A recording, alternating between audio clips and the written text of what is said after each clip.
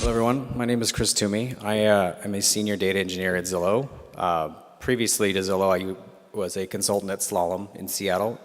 Before that, I actually worked for the federal government, Pacific Northwest National Laboratory. I'm a political scientist by training, and today, what I'm here to talk to you about is a very practical talk. At Zillow, we're in the business of real estate, and what we've built is kind of an integration of a lot of the technology you've already seen today. For those of you that don't know who Zillow is, there's probably two of you. Let me give you a very brief introduction. We're a family of brands that really are all about homes and real estate. Our goal is to empower people to find whatever home means to them. Everything we do, whether it's an internal product or an external product, is really all about building the largest, most trusted and vibrant home real estate market in the world. I kind of have to say that.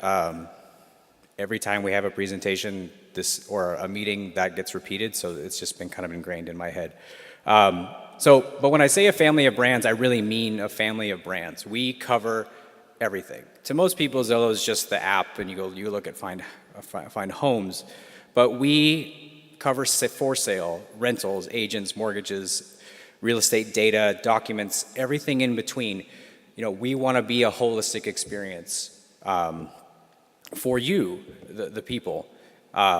This is actually inaccurate. As of this morning, we launched a new brand today, realestate.com, which is kind of a reimagining of the real estate experience for people my age. I'm not quite sure what they mean when they say that, but that's the tagline. Okay. If you spend any time with anybody who's been at Zillow or is at Zillow, you may hear them reference our core values. I will say up front, this isn't a sales pitch. I'm not trying to convince you how cool and cultured we are in Seattle, even though we are both of those things. But to emphasize and give you some context, that anytime we build anything, whether it's a tiny Hack Week project or a brand new website or an internal facing app, these 6 things govern everything we do. Basically, it's just our rubric for helping us make decisions faster, because if we can't tie it back, we shouldn't bother. You can probably guess which of these is the inspiration for the talk and the product title. I know I'm standing in the way of lunch, so you may be hungry and it may not make sense, but that's okay. But now that you have some context about kind of who we are at Zillow, let's talk a little bit about how we do data viz right now. At its founding, Zillow exists to demystify real estate. You might think that we've come a long way, but real estate's still pretty impenetrable and can be very confusing to the consumer. And to that end, we've baked data viz into our product from the very beginning. It's really the most effective way for us to communicate the data and analysis and findings to the customer, but also for us how to quickly discover how we're doing, what we're doing well, where we should improve. To the public, the most obvious use of that is our Zestimate. For those of you who aren't familiar with the Zestimate, it's our proprietary analytics platform. It used to just be an algorithm, but it's really a platform now for estimating any home's value of any kind. But the number of the Zestimate really isn't meaningful without some sort of context. So we try to bundle it up with other visual analytics and other content to communicate more information about your home, your neighborhood, and your city. What you're looking at is actually my apartment. We showed the building's estimate, which is accurate because we just had an appraisal, and that rent estimate is $50 off. I won't tell you which direction, but it's $50 off. We believe that this is a fair rental price, and I'm confirming that it actually is. But the other thing is that we try to add more, I say context, but a little more nuance to that, because sure, you know what you're going to pay for rent, but you also kind of know what kind of neighborhood you live in. Can I take the bus? Can I walk to work? Can I walk to Starbucks? So we've embedded some more of that data visualization content or some of those best practices into what we communicate to the customer.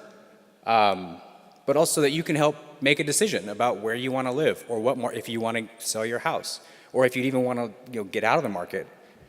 And I'll say again that this is still my apartment.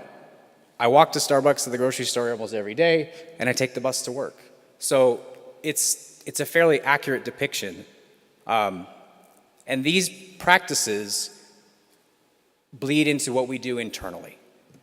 We're a pretty heavy Tableau customer. We've been with them since 2006, but our use case is pretty vanilla. For us, we like to count things: unique users, submits, core, other core metrics. We also use it to monitor our strategic initiatives because it has a very good distribution platform for us. We're always trying to break things, blow up our models, develop new features, engage new audiences. And so Tableau allows us to quickly get through some stuff. We don't have really pretty dashboards, but they're effective and they're easy to understand. But the best part for us is that data visualization as a tool allows us to unify around the complex data that we have. We don't just have a BI function. We embed analysts in every part of our program. They're in BA, marketing, cross-brand analysis, IT, and ops, to newer areas like new construction, our econ team, rentals and mortgages. So we really want to make sure that everybody has access to data, because everybody has really complicated questions, and we just couldn't get anything done without some sort of unifying feature. One of the other things we've really started to do, and this is new for us, is using data viz and Tableau specifically to share insights with external partners. We do this with our econ team. You see it in the New York Times and the Financial Times. But what we really want to be able to do is share some of those deep analytics that we have with our business partners. I can't really talk more about that because it's still fairly new, but we are trying to consistently find ways to better engage with the people that work with us as well as our customers. Okay. Let me rewind a little bit now that we have you've kind of got the 101 on who Zillow is. The core concept of this talk is data visualization as a function of building trust. At our most fundamental level, for us at Zillow, if we want to accomplish this, then we need our audience. Now, the way we define our audience, again, is simplified. We have a persona for every single function that can interact with Zillow. In this case, this is our consumer base: buyers, renters, sellers, and homeowners. They're statistically derived, and they help us focus on making better decisions for them. Central to that relationship is that they trust us, that they know that the data that we're showing them, the listings that we show them, are of high quality, are accurate. But we have a slight problem. If we go back to the concept of the Zestimate, has anybody here checked theirs recently? Yeah? Did it go up? Must be right then, right? What if it went down? Anybody's go down? Is that right or wrong? Exactly. The point, the problem that we have to face is that there's this intense personal connection that makes it hard to disassociate from the actual facts in the market. So I like the number, it must be right. It's only wrong if it went down, or if your agent says, well, Zillow can't possibly know anything about our market because they're up in, 13 scientists up in Seattle can't know anything about what's going on in Dallas. So there's a healthy amount of skepticism. And while we think that's a good thing, it drives us to deliver better data, interfaces, and features, that skepticism makes it difficult to actually engage. We see that same skepticism with our own internal data. Thankfully, our analytics culture is fairly strong, but because we have this very strange, complex, and interweaved business, which comes from lots of mergers and acquisitions, our data is fragmented. It comes in different forms. We have some stuff in SQL Server, we have some stuff in S3, we have some stuff in Redshift, and that's just for Zillow. Truly has got their own thing, StreetEasy's got their own thing. So what happens is that we have a lot of tribal knowledge running around. Valuable information is stuck in somebody's head. It's sitting in a wiki. It's in a random SQL table or ETL job, and it just slows us down. So, how do we deal with error and build certainty? Well, right now, we are building a platform to do that. But when we think about building, we want to go back to our customers. Because if we can solve the problem of the Zestimate for them, then we can solve pretty much any other data quality problem. So let's talk about the Zestimate and what we do right now. If you go to Zillow.com/Zestimate, you'll see this. And I'm sorry you have to see this, because it kind of sucks. This is our public-facing error page. We cover top metros, states, counties, national. You can browse, but the user has to read a lot. And so it's really hard to really understand what's going on, because we've obscured the notion of a Zestimate behind a weird-looking table with Yelp-style star ratings and a bunch of other stuff that's statistics. And the whole thing boils down to, we're smart, you should trust us. And when you're talking about buying a home, that's just not going to fly. So, not to totally abuse the real estate metaphor too much, we care about comps. So what do others in this space do? This is Redfin's. It's a little bit better.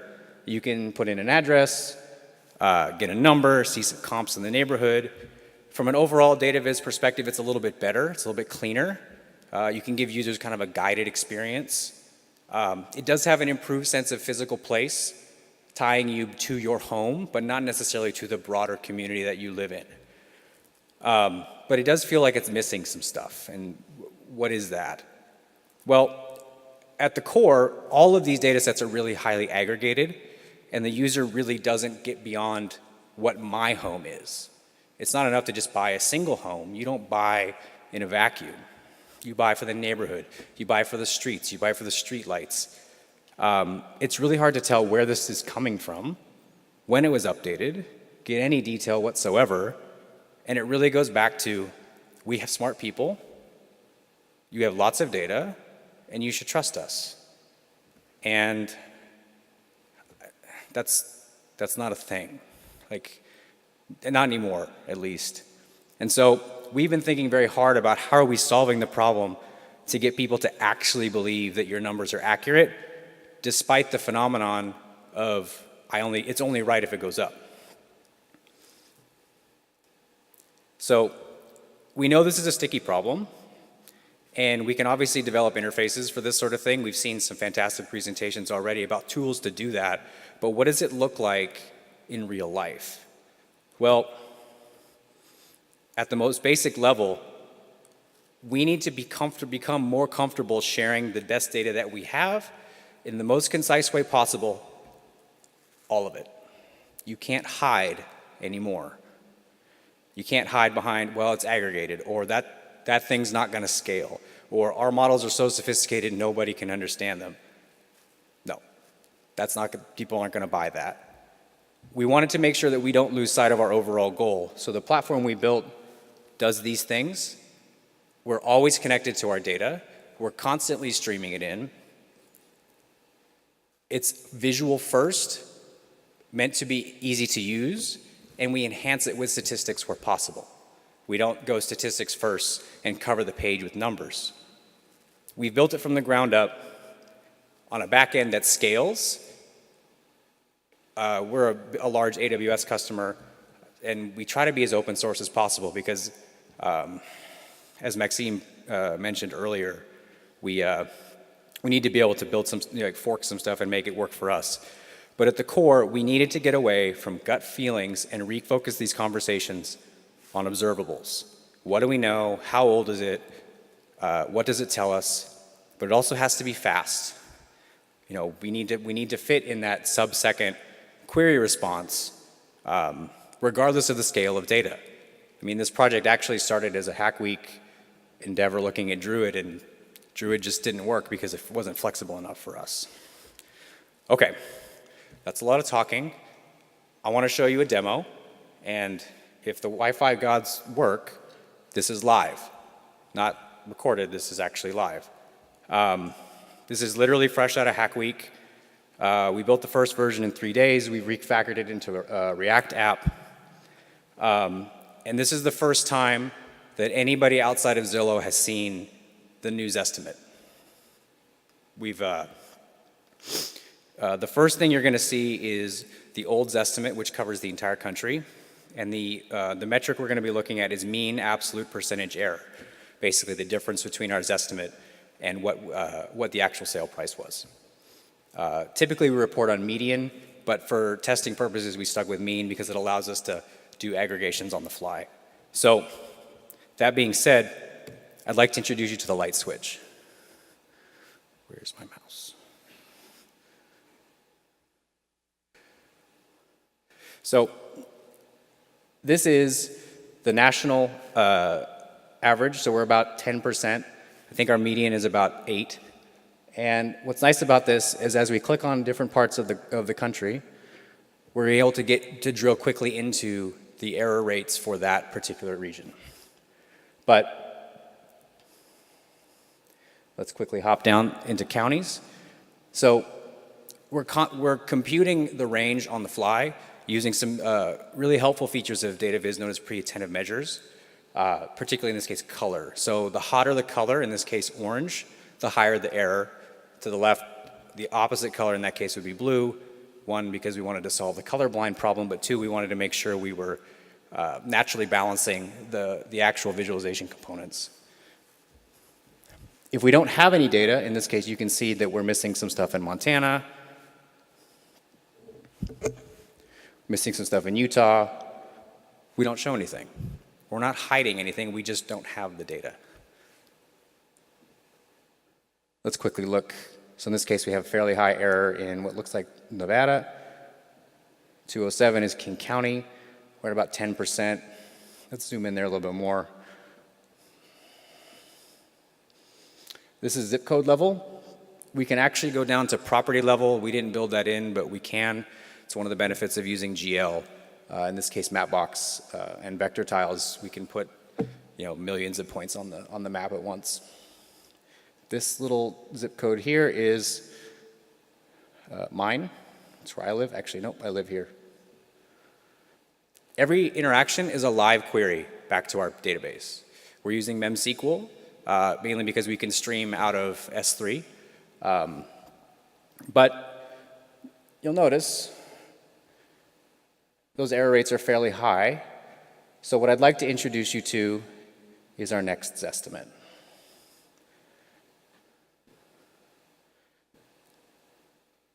We've gone from 10% in 207 to 5%. And the way the new Zestimate works, without giving away too much, is that we run thousands of models at once and we pick the best one.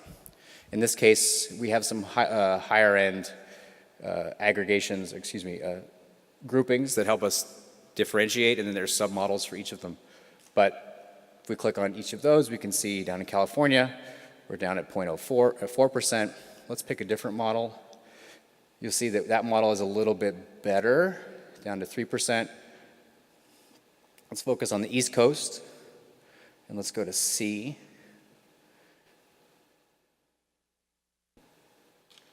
You'll notice that Florida's a little bit bad, and we have some problems in Massachusetts, but still working pretty well. And then let's go down to E. And let's look back here. So we see varying different levels of performance, but we can interact with them and really get a better sense. The last piece is that what we're feeding into memSQL is the output of a fairly sophisticated data pipeline. However, what we may want to do is allow people to explore that data a little bit more. So what we've done is we've also integrated Tableau into our platform. This is using Superstore, but this connects directly to Presto. This is probably going to take a second because it's a VPN connection back home. But believe me when I say it's actually live connected to Tableau, which allows us to load up any or all of the aggregate data that our platform has absorbed. And then interact with it so you can do some quick ad hoc exploration if you happen to have a question. So let's just quickly go through the standard Superstore. There we go.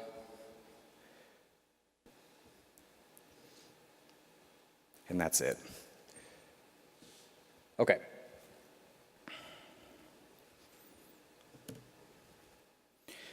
So how does it all work? We are open source all the way down, with one exception being Tableau. The beauty of this platform is that it's completely agnostic to the data. If we need to onboard a new metric, we have a spec that defines the data, the metric, and then we coordinate everything with Airflow. All the data lives or will live in S3, although we, at the moment, are querying data out of SQL Server and Redshift. Those are more legacy systems for us, as we try to figure out how we auto-scale better with Spark. Everything's written in Python. We're a Python shop up in Seattle, but that allows us to quickly transform, aggregate, perform any sort of statistical analysis on any metric you can think of. We do build some in for our core kind of business metrics, but the whole point is that it's extensible. All of the aggregates, like the larger data streams, things like Google Analytics, are stored in S3 with a Presto layer on top. And then the core of the front end is S3 to MemSQL in a streaming sense, built with React, Mapbox, and formidable charts from Formidable Labs. I mean, I'm a political scientist by training. We needed stuff to be able to link together very quickly, and we wanted to focus our efforts more on the upper half of, or the upper 3/4 of the platform. As you might imagine, everything's managed with Redux behind the scenes to make it all work. But the end result is that we're live all the time, and we can scale that pretty well. No more of this, that data feels wrong. This is the best view of the data we have at that time. If it changes, if we onboard a new state, as we roll out the Zestimate, the new algorithm to more counties, it will update. And we feel that that's the best way to really emphasize that this is what we know. You know it too, and we'll show you exactly what we have, and that way you can ask more questions and feel confident in the data that we're showing you. So that's what we built so far. A little bit of our roadmap is V1 for us is getting a couple of these metrics finalized. We really want to look into some serverless deployments because that helps us solve the problem of scale, both on the front end as well as the API. And right now, everything is running out of Express, but that doesn't really scale because I think powering the demo you just saw is like 15 different hard-coded routes. We'd really like to get into a more flexible system built on top of GraphQL where we can programmatically generate and send queries back to our SQL database. So it's all MySQL, so it's not too bad. But there's a project out there we're looking at extending known as Join Monster, but at the same time, we need something that's flexible, and then we can expose this API to the rest of the company. We are considering deploying a new Zestimate error front end to Zillow.com, which is why we had to transform the application into React. And we are considering open sourcing some or all of this platform, whether it's the core itself, the Airflow components, the API, the models, any or all of it. We're considering it. We don't have a V1 yet.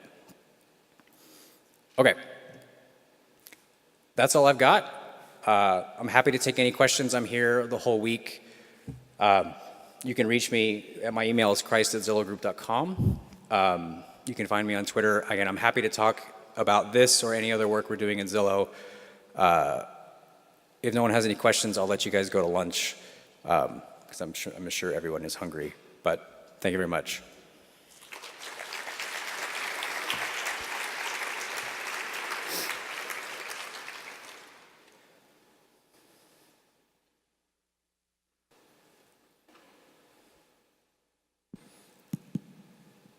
Any questions? Just a quick one. So I'm remembering back to my experience buying a really crappy condo in Cambridge, Mass, which is a very expensive market, and my Zestimate was always high because they didn't know how beat to crap my apartment was. I'm wondering if you'd thought about crowdsourcing the improvement of the kind of things that generate the errors going in those models. Because the users really do have a lot of inside knowledge, particularly inside the building relative to condition. And it might be fun, at least experimentally, to start to hone in on the sources of error and then get the crowd using those visualizations to reduce those errors. To my knowledge, I don't know if we've considered a true crowdsourcing for home facts. We do maintain a part of our platform already so that if you are the owner or the renter in that building, you can provide that information. I mean, we care a lot about that number, and so we want to make sure that the facts that we have are valid and are coming from someone who actually lives there, not someone who lived there or just sees it on the side of the street. It's a really great idea. I think we have a hack week coming up in 2 months or so maybe we'll give it a shot. Yeah, I have a basic question. Like, what's the cost to the business of being wrong on the estimate price? And like, I mean, I don't want a specific number, but is it worse to be over? Is it worse to be under? And like, why? I kind of want to get to like, why spend so much time, energy, resources getting this estimate just a little bit better? Sure. Well, initially, the cost to, again, I don't work specifically with on the Zestimate itself, but we work very closely with the team. In general, the cost of the Zestimate being wrong is that your customer doesn't trust you, that understand the market. So otherwise we're just selling ads. The value we add to the marketplace is that we can understand how the market is actually functioning. Is this a good time to buy? It's a platform to build additional value for the customer. To the question of why invest so much effort, it's good science. That's one piece of it. It's a really difficult problem to solve from both a data and a statistical standpoint. And if you go back to the core of what real estate is, everything is about value. And so we're trying to figure out about the best way to establish value because we feel that that's an experience that's best for Beth or our buyer. Any other questions? All right. Thank you very much.